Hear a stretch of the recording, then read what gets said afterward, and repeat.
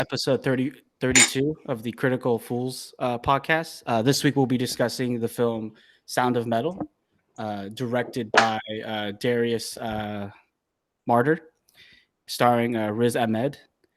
And this film, and I'll give the quick synopsis because it's actually a really easy concept. It's the story.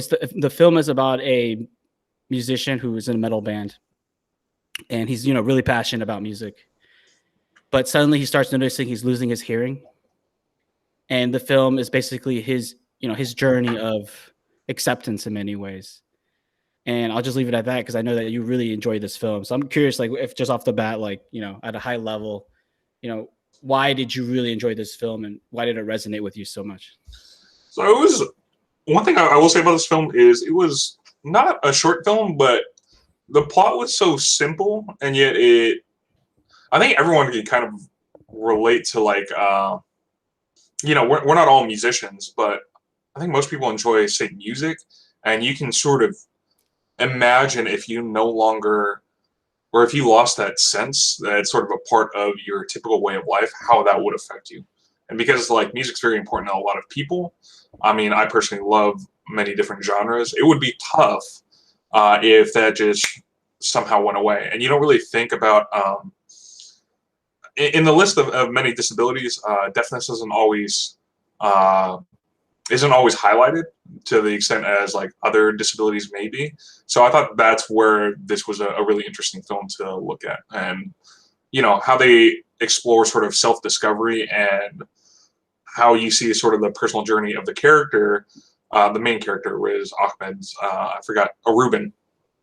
How you see his journey once that is taken away from him, and he learns to sort of deal and accept himself. It was really interesting to watch. Yeah. I'm curious, what did you think? Yeah, I know off the camera, I told you how I discovered this film, right? I was trying to look for a film that, like, I'm trying to move Yeah, away from you're social issues. looking. What was the movie with Bradley Cooper and Yeah, Lady Gaga? the A Star Is Born. Yeah. I was trying to look for a movie with music, but also like the human factor. Hmm. So, I was watching the trailer. I was just like, oh, everybody's talked about this movie. I haven't seen it. Apparently, you did. I later I found had out. years ago. But in the comments, like, somebody was saying like, oh, this movie was good, but like, Sound of Metal is so much better this year. I was just like, oh, Sound of Metal. I watched the trailer and I go, yeah, I'm watching this movie. It was good. It was a great cast too. Yeah, it's a small cast, but like all the we'll get into the performances, but they all knocked it out. And yeah, I found this film to be, it was really like it. I didn't like cry or anything, but if it like hit like a It was tone, powerful though. and it hit like an emotional level that like you don't often get in films, right? And I was listening to interviews with the cast, and they all said that the reason they worked on this project is because even before they shot any footage, they read the scripts. Obviously, just that's how you get talent, right? Usually, a director gets a script rolling, and they all said that like this was like one of the best scripts they've ever read. And we see it on the film, right? Like it was, like you said, the concept was simple, and yet the story never felt like, oh, I'm slugging through, or Oh no, oh, not at all. It's not that's like a they were weak. dragging it out. No, it was like everything like tied together, made sense. And we'll get to that ending, but that ending was like one of the better ones I've seen in recent years. So um but yeah, this film was like high quality all through and through. And I really liked, like, and we'll get into the technical aspects of like some of the stuff they did with the show. I'd like to have the audience feel what would it be like to be deaf or to go through that. Basically, I felt like I was going through that journey with him, and that's what I liked about this film too. Yeah, I really liked a lot of the stylistic choices they chose. In terms of they would go through I guess the point of view of Ruben, in terms of him not being able to like hear clearly. A lot of it was sort of like being muffled. A lot of the audio where you could only catch one out of every four, one out of every five words. So you're like, whoa, like it almost felt very disorienting as I was watching it. And then the next scene would just be a quick cut to like hearing from his girlfriend's perspective, which is, for essentially it's no hearing problems whatsoever. Um, and then once they go into the cochlear implants later on in the film, that was just, the feedback really was like disturbed my sort of listening skills, and I think that was the point, just showing you how distorted um, it can be for people who are trying to or actually considering those implants. Exactly. Yeah. And yeah. So going back to the early part of the film, I think in the beginning, what really like hit me a little bit was, we've both been to like, loud venues, whether that's like, Yeah. you know, concerts or those nightclubs or whatever. And obviously, I'm not into metal like others, but like, metal, I've heard some metal music and it can be really loud. And so you start realizing, like in the beginning, it hit me like why doctors recommend, like, even though you enjoy these things, like to put your plugs and Earplugs, stuff, yeah.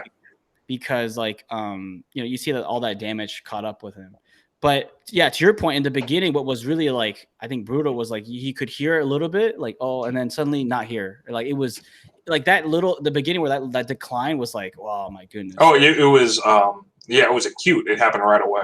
yeah, and like and you really, like you said, those scenes where it's juxtaposed, where like you hear Lou, like what hurts her, what she's like, what hurt her perspective, and Auditory then experiences.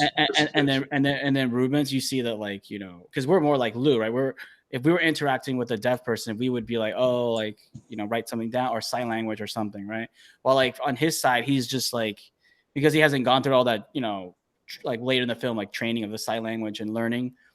He's just like, trying to write things down and like Well, just, it's frustrating at first. I can imagine, right? You're used to yeah, communicating one way, and you no longer can.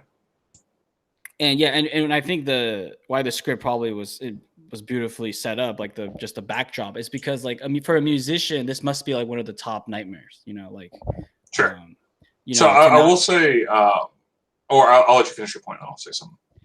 yeah, and so sorry, I was gonna say, yeah, so That's basically, my like, fault. I think the backdrop also was like like well done, and yeah, I lost my train of thoughts. Like, just go ahead. Sorry. So one thing I just wanted to bring up, getting to your point of this being sort of a musician's nightmare, I do think that sort of the actor who played Ruben, Riz Ahmed, I think part of what probably helped him is he's actually like he does music, so he actually is into hip hop, and he's put on. He's actually, I think he's put out an album or two. So I'm sure that experience has really helped them at least sort of come from the emotional point. Because if you're a musician, like you said, this is your worst nightmare. So I think that was very enticing for him to take this role, based on his own experience as being a musician as well. Interesting. I didn't know he was a musician. I did learn that he actually, because he's not into metal, he had to learn to play the drums, and he said that also gave him a lot It's of insight crazy. into, Yeah, no, into his stage name is Riz MC. of course. Yeah, and so he really like put himself into the role, learned the drum. He actually was. I saw a couple interviews, and one of them he was saying like he was afraid to do the role because he didn't know if he could really do it, because he wasn't into metal. He didn't know how to play the drums, and also he was not deaf, right? Like, you have to really get into the mind of somebody who is deaf plus musician, right? The two kind of, let's say, role, like, entities of a character in this film. I thought he, like, okay, I'll just jump the gun here. Like, I thought he really killed it. I would be very shocked if he wasn't nominated for an Oscar like this cycle. Like, it's one of the better performances I've seen in recent years, and you could tell that he was really devoted to it. Like, like all the good performances are. Yeah. But yeah. So, like, anything else in the beginning? Oh, that scene when he's at the pharmacist. That was like, wow. That was tough, man. That was like, wow, dude. Like, that was crazy. I mean, because you're completely. What's crazy is they did a great job of portraying how completely vulnerable you are in that position, because you can't communicate in the traditional sense with the outside world. Yeah, you're there and you're a part of society, but your typical communication line is just poof, half of it's gone. And then, and that also, the other scene I really like, I thought really hit home, was when he, gets the appointment, from the pharmacist, and he keeps thinking like, oh, this is like any other sickness. I can fight it somehow. Like, like with cancer, like, even though it's brutal, like, you can get whatever, the chemo or whatever, the doctor's like trying to say, no, this is gone, dude. Like, the best you could do now is like not damage your ears anymore. Like, there is no, preserve that 20 to 25% that you have. like say other diseases are as brutal, and there's others in the same boat of like there's no cure, but like, there is no there's no chance of like getting this into like, any normal state anymore. It's gone. And it's like, wow, I was just like, brutal, man. This is that was brutal. I mean, it was a great script. Yeah, it was a great scene too. Like, I was like, it hit like, whoa. I was just like, yeah, this is not coming back. And I was like, whoo. Yeah, what was interesting, or another thing that was like pretty powerful, is when he first admits to his girlfriend that he can't hear it. And Yeah. it was interesting because it was after a metal show, and then he just freaked out because he's trying to concentrate, trying to focus, trying to hear the beat, and he just can't, and loses it and has to walk out. And then he finally admits, he's like, I can't hear. Yeah, that scene was good because he's playing, right? And then like he's trying to like look at Lou for Look at the cues because that's the only way he can tell. And like I think she kind of knows something was off because it's like it's hard to get that perfect, right? But it was like he was basically in denial. And in this film, I saw like it's like the typical like stages, right? Like denial, acceptance. Rage. I forgot all the steps, but at the end we get to the acceptance. But this film I think followed that like a bit, like the whole stages of denial, rage. I forgot what it is. Denial of five stages of grief are denial, anger, bargaining, depression, and acceptance. Yeah, it hit all of them. Yeah, because like his bargaining was when he thinks that like he can. When he's trying to, he gets his implants. Yeah, and then what's the one after bargaining is depression. Yeah, when depression. he realized he was so depressed because. And we'll get to those scenes when he goes back to Lou, and then so this film follows the 5 stages of grief perfectly, and like I think there's a reason this is time and tested. Like he's trying to fight it in the beginning, right? He's even when he's recommended by his manager to go to I'm gonna just say support group, or I don't know what the proper term was, but he's trying to fight it then in the beginning too, right? Like, I'm just gonna be here for a little bit. I'll get out eventually. Well, he doesn't even want to be there. Yeah, like he's fighting it, right? So just to rewind a little bit, right? When Lou finds out he can't hear, this is the scenes we were talking about where like they're having the issue communicating. They call their manager, and he sets it up for Ruben to go to this support group, or I don't think it's a facility, but it seemed like it reminds me of like when we send celebrities to the rehab camps, right? So he gets it hooked up and he goes. I would say this is a little more grounded than celebrity rehab. Yeah, and he what is the guy's name? Lou. No. I'm sorry. It's Joe. Yeah, he meets Joe, and so Joe is for context. Joe is another. I'm going to say somebody who also went through the same things as Ruben, where he lost his hearing at one point. Yeah, he lost it during the Vietnam War. Yeah. And he's part of where deaf people go to learn sign language, become at peace with their I'm going to say disability, but yes, like come to peace with their deafness. And Ruben in those initial scenes is like, he's really fighting it, right? He doesn't want to accept that like this is permanent, and it's in the beginning, it's a struggle with him. I mean, Joe struggles with him just to engage with the community and like just get on his way, right? Like do chores, get to class. There's a powerful scene where Ruben has to start from the bottom, right? Because he's never been deaf before, right? And so he's learning sign language and other like skills you need to survive in the real world with children. I thought that was also very good because it shows you that like these kids probably were deaf, from the get-go. But like for Ruben, it's like you have to go back to the beginning. And that's like tough, right? It's going back down the mountain, then coming up somehow again. Yeah. I mean, it must be so you have to retrain yourself essentially for your current condition. So yeah, it's tough, man. They really sort of struck a chord. I feel like most people who watch this can be like realize the impact and how powerful the movie was. What did you think of Joe's character overall? Did you like him? I know some people have had commentary, or like they were sort of a mixed bag with his character. Yeah, I'm also in the mixed bag where I understand what Joe is trying to do, but Joe in many ways reminded me of like I mean, we've mentioned it before. We went to more conservative institutions. And I feel like Joe was at times maybe too rigid in his philosophy. Like I understand, like, basically I thought like he was in the beginning, I was on Joe's side. I was like, yeah, this Ruben guy needs to be pushed, but only because we've seen the earlier scenes. But when Ruben made his like, what I would say is like, like anybody who was like maybe in that situation would do, right? Like try to go for the shoot for the moon, and it obviously didn't work. I thought Ruben was a bit too harsh. I think he should have kicked him out, but should have I opened mean, the Joe was a little too harsh to Ruben. sorry, other way around. Yeah, Joe was a little bit too harsh to Ruben. Okay, so we're gonna skip around here, but there's a scene later where Ruben gets the implants. It just, it's not really what he thought it was. But Ruben's still in this, like he's trying to bargain his way out, as we were saying earlier. Mhm. And Joe basically tells him, like, I can't have somebody undermine our philosophy here, basically, and you have to leave. And I think that was actually good for Ruben because, he needed to go through his stages. But I thought Ruben could have been like, but if you feel Joe could have been.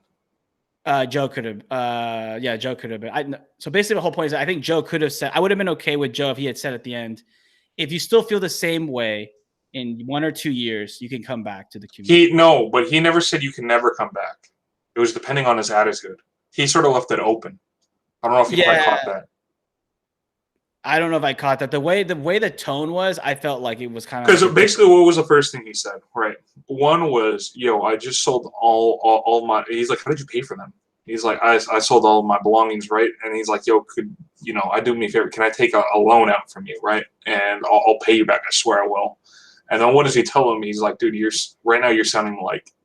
He's like, "Because I have to go see my girl." He's like, "You're sounding like an addict." And then basically what he was saying is like, dude, you made your choice, right? And as much as you can criticize Joe and say he should have been a little more empathetic towards Ruben, I guess my point is, or sort of what I got from the film is like a lot of deafness is not a sort of, you can't really tell just from a visual perspective when someone's deaf, right away from just seeing them, right? But and yet it is still something that impacts you terribly, right? It'll impact sort of your way of life. And I'm sure that they get a lot of grief from people out in the real world who sort of view it as like horrible or as a setback, and they don't want that, right? And so, at least within their community, they have sort of viewed their condition as not a setback or a disability for that matter, right? It's just part of who they are. And because Ruben didn't necessarily go along with that philosophy, he sort of basically said they are not okay themselves. And so, in a way, I can see where Joe was coming from, and that's why I tend to not get so critical of him, especially because he never said that you can never come back, right? It's just, it depends on sort of his attitude, right? Yeah, so if he changed his attitude, he could. See, that's where I will push back a little bit, because the way I read this scene was, I agree with you that, like, I think Joe had to make that choice to push him out. Mm-hmm. It's just that, like, how I read that scene was, you made your choice. Yeah, you made it at that point. It's over. No, I mean, I read it as like, you're not allowed really back here. I didn't quite read it that way. I think he left it more open. He's like, you can't. No, I think he said like, you can't stay here, right? And we can talk about this later. I think he said you can't stay here right now. Like, no, he's like, can I stay here another 2-3 weeks? Like, I'm sorry, you can't. And he's like, because you view your condition in this way. He's like, you can't stay here with us. But it sort of implies like, if you change your perspective, then you might be welcome back. Interesting. I had the opposite reading. To me, it was like, you made your choice. You can't stay. Well, he did at that point, which he did. Right, it's but if he took him off, right, like at the right, he finally accepted at the end his condition, and he was at peace with him, which is what Joe was trying to teach him all along, right, with his writing sessions, with that sort of it was all about trying to teach him acceptance, right? And what do you say? He's like the moments where, the world's so chaotic and so fast, that the moments where there's just silence and you can just sit still. He's like, Joe even tells him, he's like, that's when, like, those are my moments of like the kingdom of heaven, right? Those are the moments I'm most at peace. And at the end, Ruben finally has his moment of clarity where he's accepted the silence, that peace. I think at that point, Joe would welcome him back, because he sort of accepted and viewed his condition as not a disability. I mean, that's one way of reading it. I think how I saw the ending was, I don't think he goes back, because the way it could have been. I know. I'm not saying he would. I'm saying if he chose to, I think Joe would have accepted him at that point. I agree that I think he should. I think Joe should accept him at that point. It's just the way, like, I saw the body language and like stuff like that. I was just like, he was disappointed, dude. Just like how you are whenever you deal with someone who's exhibiting the traits of an addict at that point, after they made a lot of progress. Yeah. No, I understood why Joe had to do what he did. Like, I actually think that my issues are not with Joe's actions. I just think that, you know, I'm trying to read between the lines here with intention.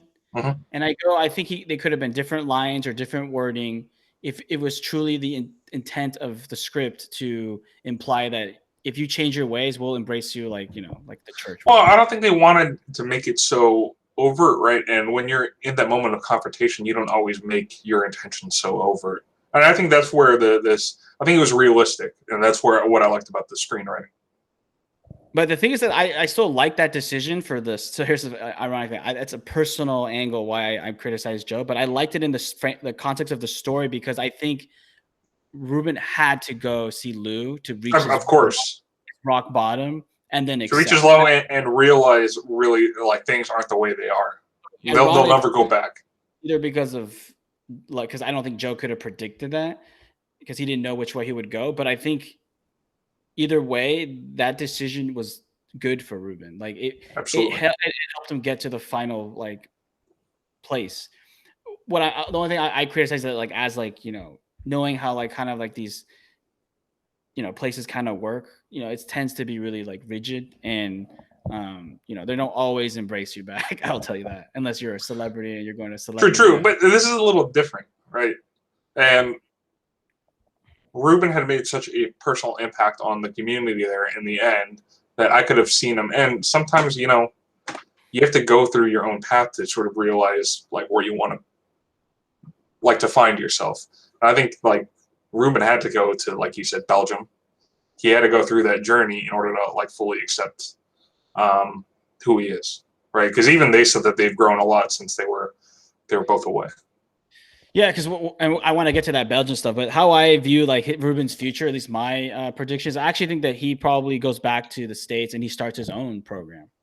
And I think Could be. Could be. Yeah. That's how I viewed his like off-screen ending.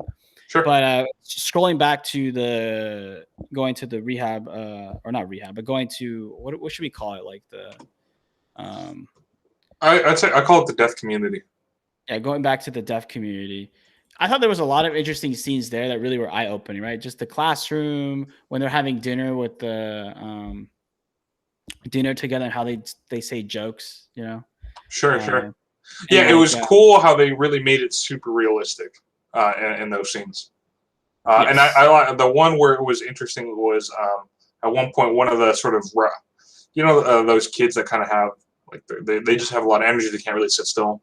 Ruben tells them, "Hey, let's go outside during like one of the performances," and they're just like on the slide, and then the kid starts like, banging the slide, right, like over and over, trying to get Ruben's attention, and then before you know it, Ruben's like going back to his like drum patterns, and so it was a way of sort of reminding him of a little bit of happiness, despite his current position, right? Because drumming was such an important part to him.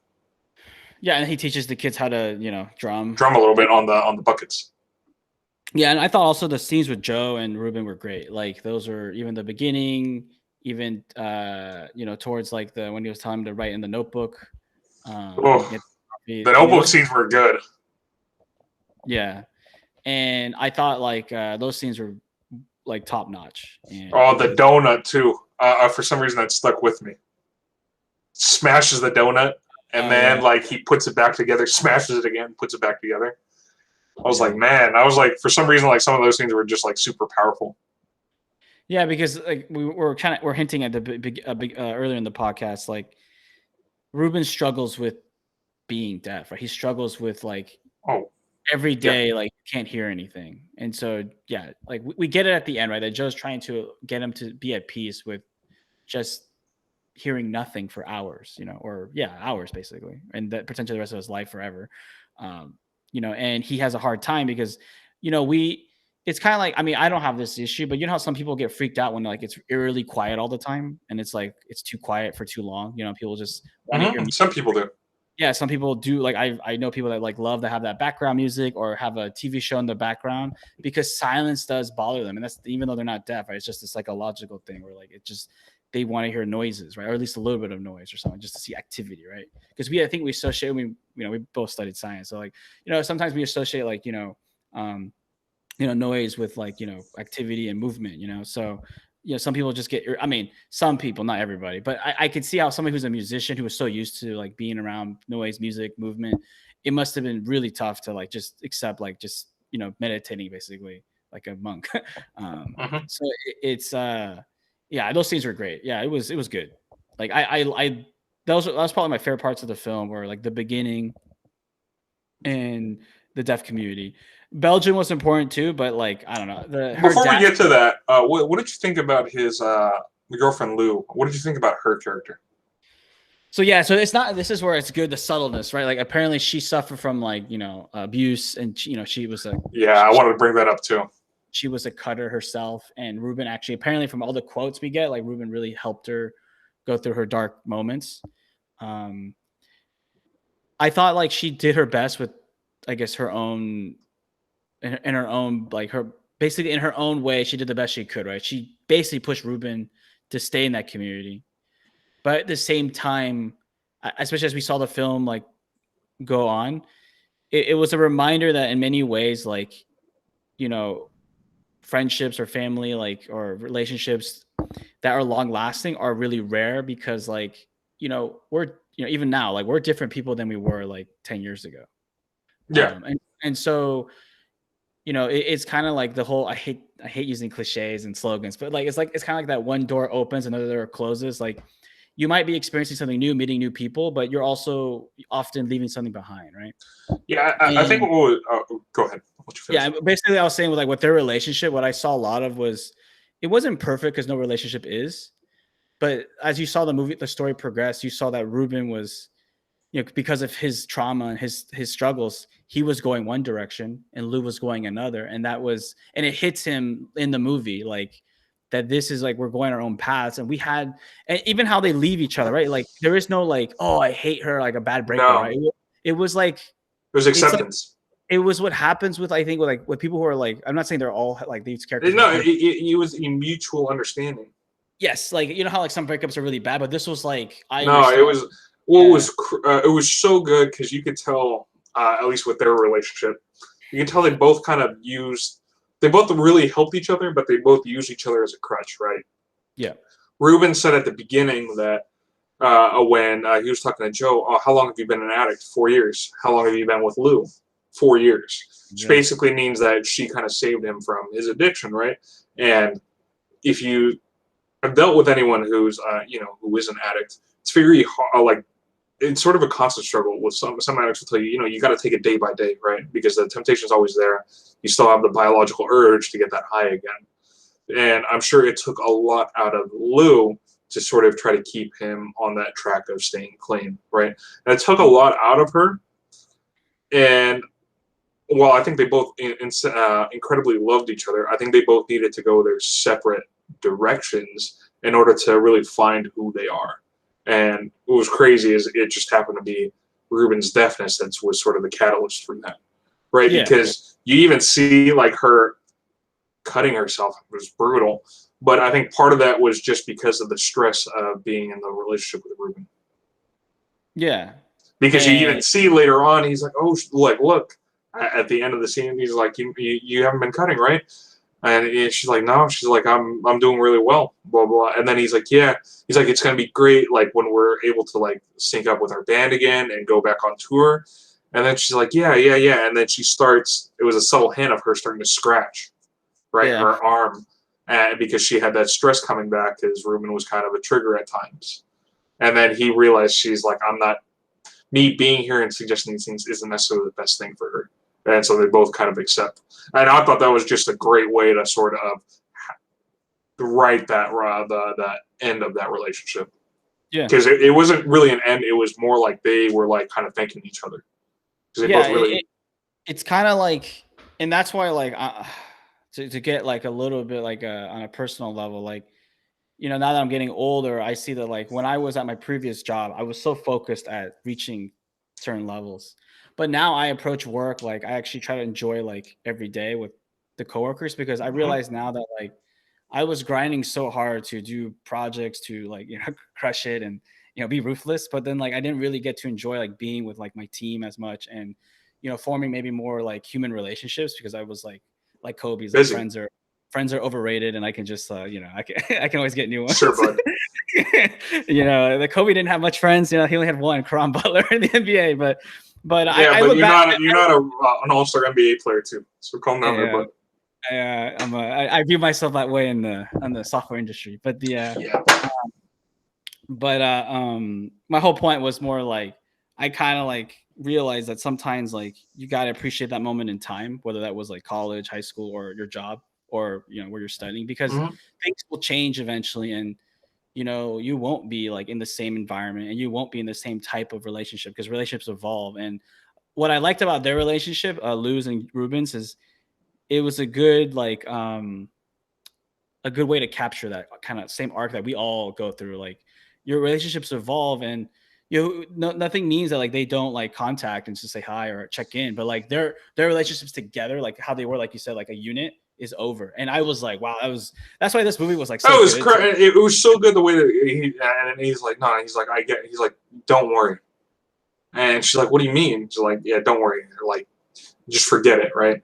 And he's like, says something to the extent of like, I just want to say thank you because you saved my life. And she's like, you did the same too. And then that was kind of how they ended. And I was like, damn, that was like the crazy, like the best and craziest like way to say, you know, like yeah, things are over. Yeah, and what I want, my final thought on their relationship was like these characters were broken in many ways. Yeah. And I'm not even gonna say they had 100% healthy relationship, but it was one of those things like having, you know, we've all seen like bad relationships, like really toxic ones. But you see that in some weird way, it worked for what they needed it to work for, like to be. And then when they were like ready to move on, like basically, you know, improve as people, they understood mutually, like because it's easy to get in that trap of like, no, I want to go back to that, right? Like I want to go return to that, right? But it's over, right? And it's a hard, you know, it's acceptance, right? Like it's another. I think a theme of this film is like acceptance, you know. Of course, that's like the main thing. Yeah, and they both accept, and I was like, this is a good moment. Yeah. I think it was satisfying, right? For you, just watching the progression of the characters. What did you think about Lou's dad? Yeah, so I was gonna bring that up before you brought into Lou. I was like, I didn't like this dad too much, but it's interesting how there's a lot of things that happen. Like these characters that are spoken or hinted at, but we don't really know because we didn't follow their whole life journey. Uh-huh. But it seems like what not Ruben's, what Lou's dad was hinting is that, you know, Lou had a turbulent, let's say, upbringing, Sure. and he sees now that even though he used to hate Ruben, that like Ruben was good for her to like to help her on her journey back to him, you know, or back to this life that he wants for her in Belgium. But the way I read it, it was that like, you know, even though he was being nice and polite to Ruben, you can tell he didn't really want him there. Like there was these subtle hints of like, you know, like you could read the backdrop, right? Like, you know how it is, like it's awkward with maybe like people, like if you can read the room a little Sure. bit. So I don't feel like I have enough information to truly judge him, but it just seems like he was. Well, there was one line in there that was like, whoa, it was pretty big from like his dad, where he was talking about Lou's mom, right? And he's like, you know, there's twice that I lost Lou, right? Or twice that she took Lou away from me. So the first time was when we got divorced and she took Lou away as a child. The second is when she took Lou away from me emotionally when she like killed herself. And I was like, oh my gosh, like that was just like deep on a lot of levels. And he's like, she really hated me for that, and that's why she went to the States and started living with, you know, got together with Ruben, and that's how that dynamic spawned. I was like, but then he says, so I've come to realize, he's like, I didn't like you at first, but in a way, you sort of were the crutch for my kid during that rough time, and allowed her in her journey to come back to me. So he's like, I appreciate you for that. I was like, wow, that was a very mature way of looking at that. Yeah, but I think as a father, I think you can tell, like I was trying to hit is that you could tell that like he was a bit worried for a moment. I think that like, is Ruben going to drag her back into, you know, that environment again? He ended up not having to worry because he ended up removing himself. But I get it as a parent. You're like, hey, you know, we just got to this good place. Like, don't mess it up. Yeah, that's what I was saying. I could get the hints that he was given. The other part of that scene was like, I was like, man, this is way too much space for like a European like living situation. Yeah, I was like, I thought everything's supposed to be tiny there. Unless you're wealthy, and then you're good. Crazy. That's not just wealthy. That's like stupid wealthy. Yeah, he was. It was implied that he was rich. Loaded, man. But yeah, I thought his dad was like a good character too. Again, even though he was only in the It movie was a for very minor character. minor character, it was well written, and even though you didn't get all the backstory, you got enough to be like, okay, now things are piecing together. And so it was good. There's another powerful scene in the Belgium sequence when he's listening to the performance of Lou. That was like first it's awkward at the party, right? He's very awkward. He's the only deaf guy, and like Well, he can't hear. Everything's Yeah. distorted. Yeah, and then the performance, that was just like another. So sad. It was another like gut punch gotcha scene, like I was just like, dang, like but in that scene I could see that it was dawning on him, like he was getting to that acceptance part, like the Belgium he's like, it's not, things are not going to be the way as they were. Yeah, it was finally him realizing that. Yeah, I thought that was like an A+ scene. I was just like, the violin, and it was beautiful, and then I love the directing approach to show like her, and it's focused on her and the dad into the audience member, and you hear this beautiful duet going on, and then it slowly fades into Ruben's perspective, and you really hear the feedback and the distortion of the audio, just showing how much he really can't.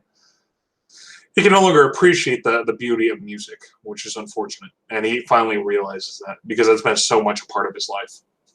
Yeah, that's why I thought the scene was great. Is because like when you get to hear his like what he's hearing, I was just like, this must be brutal. Oh yeah. But I have a question for you, because I went on a bit of a ramble on the Lou Ruben relationship. What did you think of like that whole dynamic of Lou, Ruben, and her dad, and like, a lot of even like even because like Lou's dad doesn't really know much about him, right? He even asked like, "What was your upbringing?" He's like, "Oh, I moved all over the place." Yeah, so that was an interesting like small talk. I guess I'm curious, like, what did you think of that whole like triangle there? Really, it showed different, just differences in class is my big take of it, because you could tell like, look, Lou's dad was from the super affluent class in Belgium, right? You could see it based on his living situation there, right? It's insane the amount of like square footage in space, given that most Europeans don't live in that type of situation. And then you hear him, and it was just this disconnect, right? Because he doesn't know much about Ruben. He's European, so I don't know how much he knows about the States necessarily. He's like, "Where'd you grow up? Do you have like two parents?" And he's like, "Well, no, it was just me and my mom, and she was an army nurse, and we moved around all over the place." Basically hinting at a lot. I think that a lot of the instability sort of was one of the causes for like Ruben's situation, or the choices he sort of made in his life, like later on. But it was just interesting because the two worlds collided because of they just met each other, and Lou and Ruben got together over the love of music. It sort of transcended their class positions. But that's my big takeaway, is that this guy didn't really understand sort of the struggles of the lower class. Yeah. I don't know if you got anything else out of that. Yeah, I agree. It was subtle too in the film, because you could see that Ruben was just not just the deafness was throwing him off, but also like the scene and like the luxuriousness. And everybody else's dress was different too. It was a class difference there. Yeah. I was going to ask you, what did you think of probably the person Ruben was, aside from Joe, the closest with in the community? That was Jen. What did you think of her character? Jen was the one who sold yes. Yeah, I thought she was like like the whole scheme of things, she was a minor character, right? Very minor. But there were a couple of interesting scenes with her. Yeah, like I remember when she was selling the and then like the tattoo, right? She had the scene where she wanted the tattoo. Yeah. I viewed it as kind of like at the time like that. So we're going back a little bit in the movie. I viewed it as like a good story mechanism to show that Ruben was really plugging himself into the community and contributing back. But also, like I was saying earlier with my speech about like work and relationships, how like you meet different people and form different communities. And, Ruben was maybe in that moment was actually appreciating like, I'm here, I'm trying to buy in, and you know what, these people are good people. And I should just like, I shouldn't just be so standoffish. Right? He goes from like being like standoffish, like I don't want to be here, to like. What was interesting was he was totally entrenched and really improving in the community until. Do you remember there was another powerful scene where he, periodically he would, the computer, check in on Lou and see what she was up to. And at one point, He sees Lou performing. I believe it was in Paris, and it was just her, and she's doing some engaging in experimental music, where she was sort of her own producer, singer, like playing all the multi-instrumentalist, really.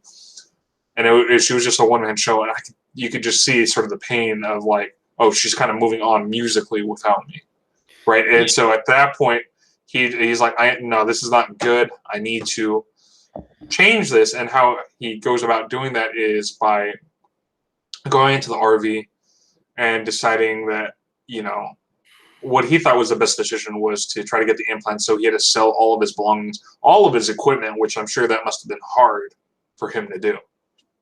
Yeah, and that was the only way. And Jen agrees to like help him.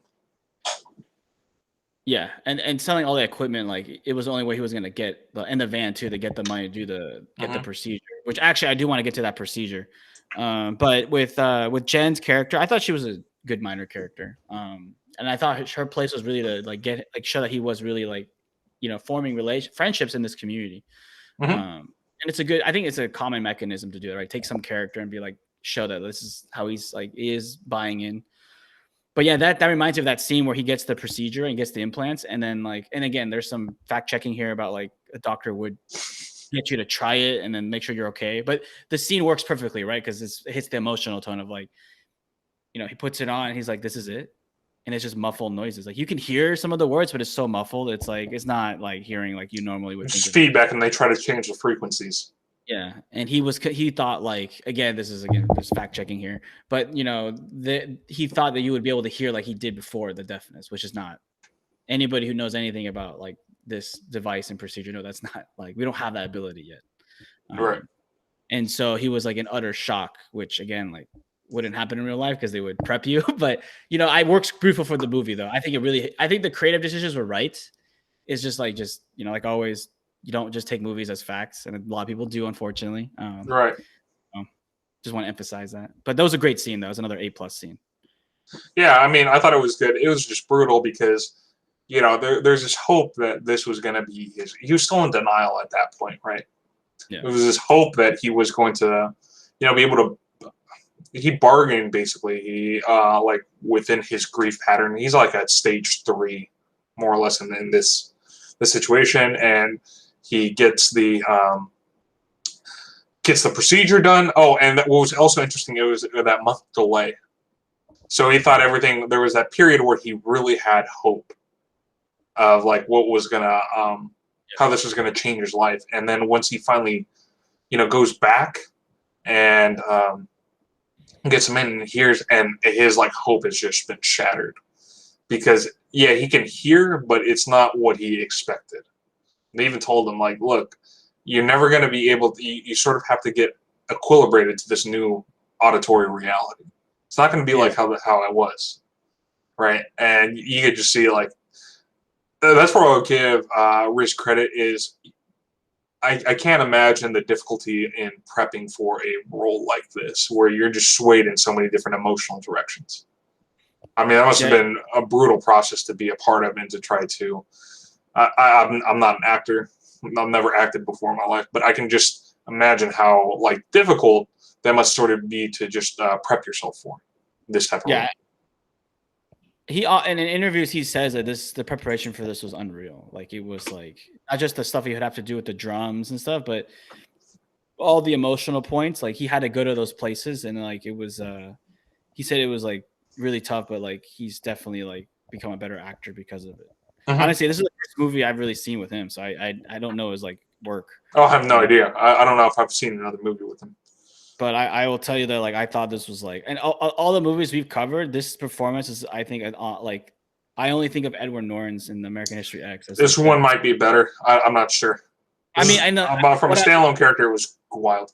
But I mean, in that tier, like the acting was just like all in. Like this was like when we think of top acting, we think of like, oh, this is all in acting. Like that's what I mean. Like most of the films we've covered, there's been great acting, there's been good performances, but it's not like those two really stand out in my memory of like the films we've covered. Maybe Burning, too. I did like a lot of the performances there.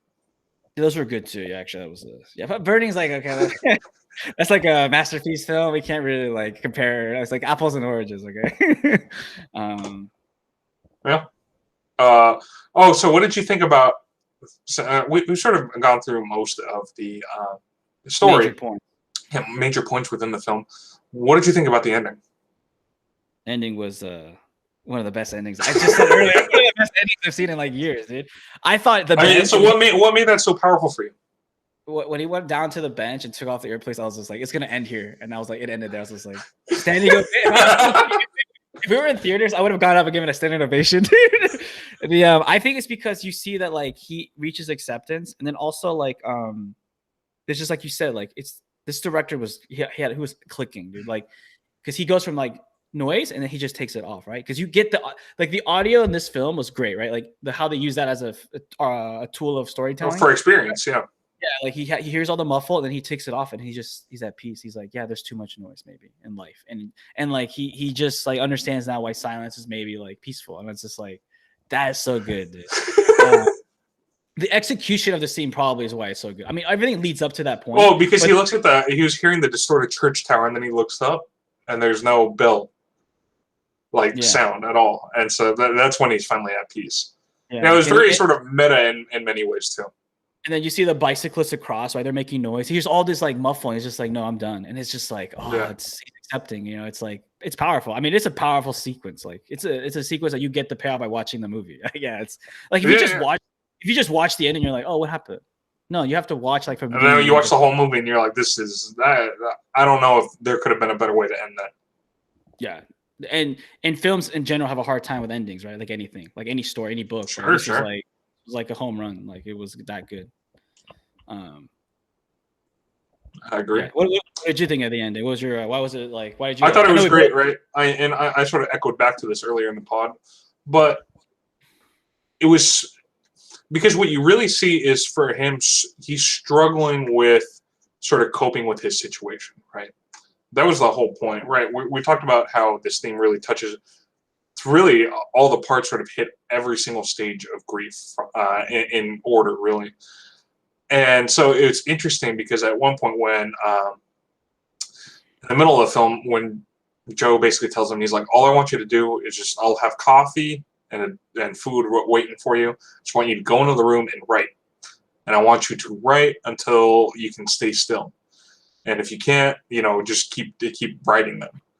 And so but that was so tough for him, right? Because he would have to sort of listen to like what's going on in his head and sort of face his reality, right? And it's hard for, I think, a lot of people to do that, especially when they're going through a lot of like trauma or traumatic events. And then at the end, it's finally him sort of seeing the wisdom in Joe's, with Joe's words, and finally accepting himself.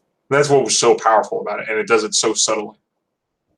Yeah, I mean, it's a great ending. Yeah, and it connects all the way through. Like those are the good endings that connect right from beginning to end. Oh yeah, I think I can't point to any scene that could have been cut out or wasn't important in this movie, really.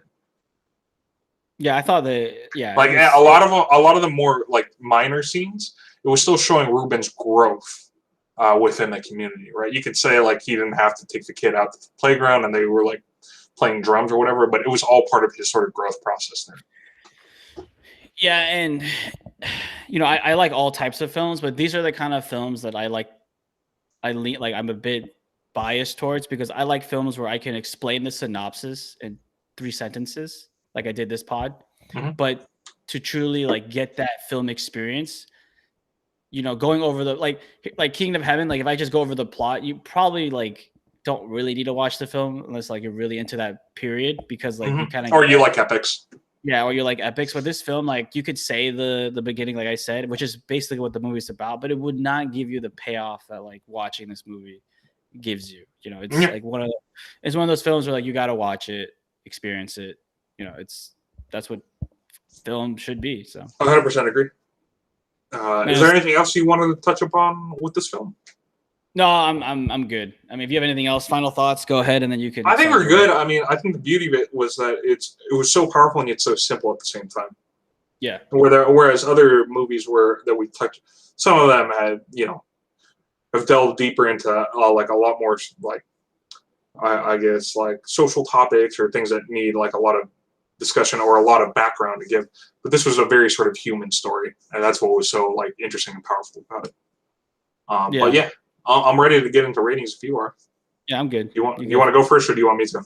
You should go first. I think we should do it where if I pick whoever picks goes last. Yeah. Yeah, we can do that.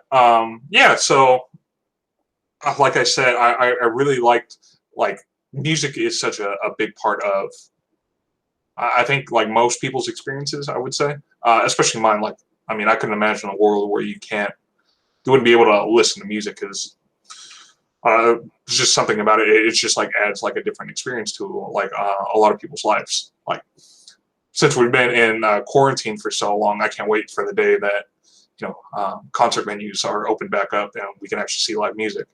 That's just a personal take. I really like the acting performances.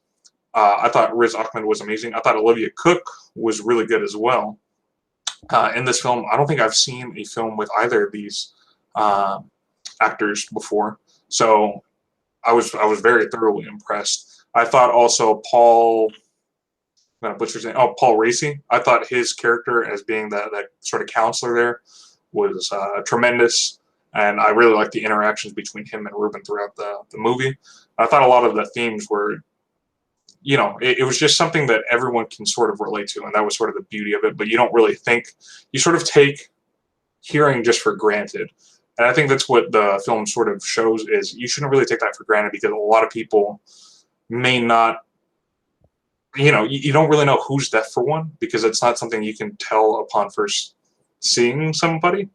But yet it's something that can impact someone's living in a very real way. So just to sort of be grateful and be cognizant of that, that they sort of brought awareness to this handicap that doesn't really get, I don't know if you call it this condition that doesn't really get talked about very often, I would say, in traditional media. So personally, I really like this film. I couldn't really knock it in any way, and I was like thinking about it like over and over. Was there anything that I really disliked? And there was nothing I could really point to. So this is going to be the third film, 10 out of 10.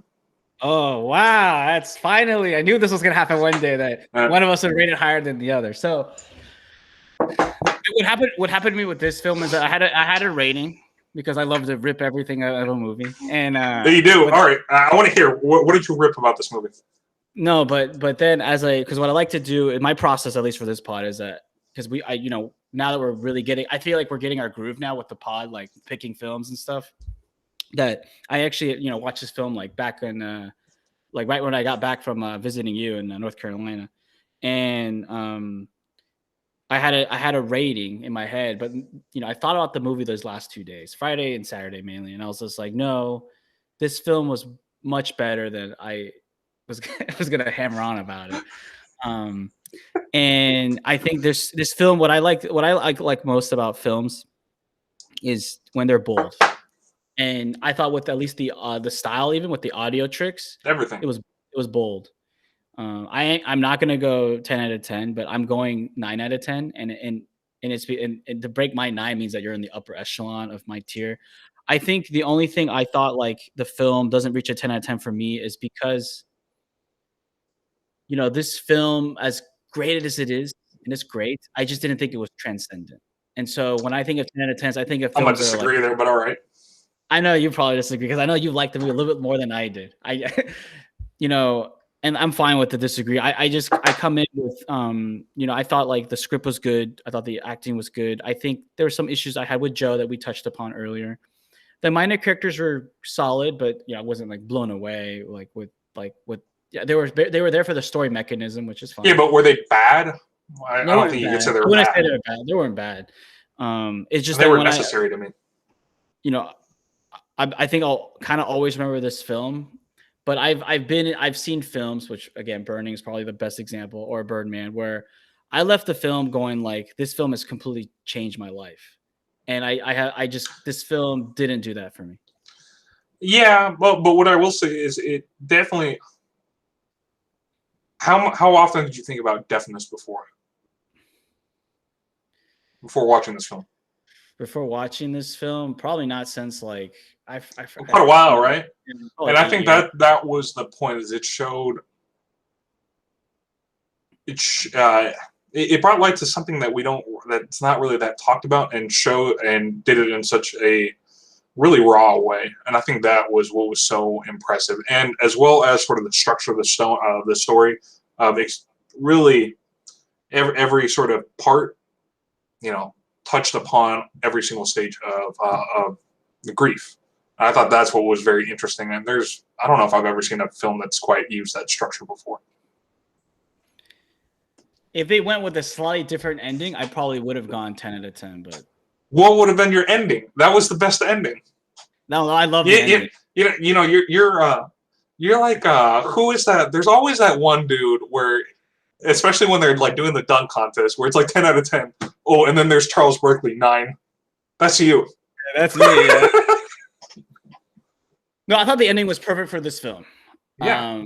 I think if I was making the film, I would have done a different tone, a different style. And I would have done like a slightly different ending. I actually probably would have loved that bench scene, but I would have had him open his backpack and like pull out a weapon and then just leave the screen blank and then let the audience decide like, did he do it or not? But that would not. Okay, that's some BS. I probably would have written it like a 7 at that point. Hey, I'm a bold director too, and I love to get the audience riled up, dude. either 10 out of 10 or 0. Pick that film that you said you thought was a masterpiece, and that I would probably rate like garbage. I want to review that now. Well, I mean, I'll get it. It's on my list, but I'm 100%. You're gonna be like, this is that Terrence Malick film.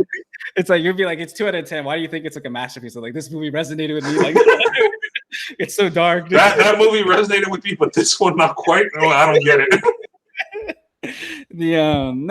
That's the thing. Like I would say like our scores are their opinion, and I think that's the problem I have with critics. It's not opinion. This is objective. This is a great film.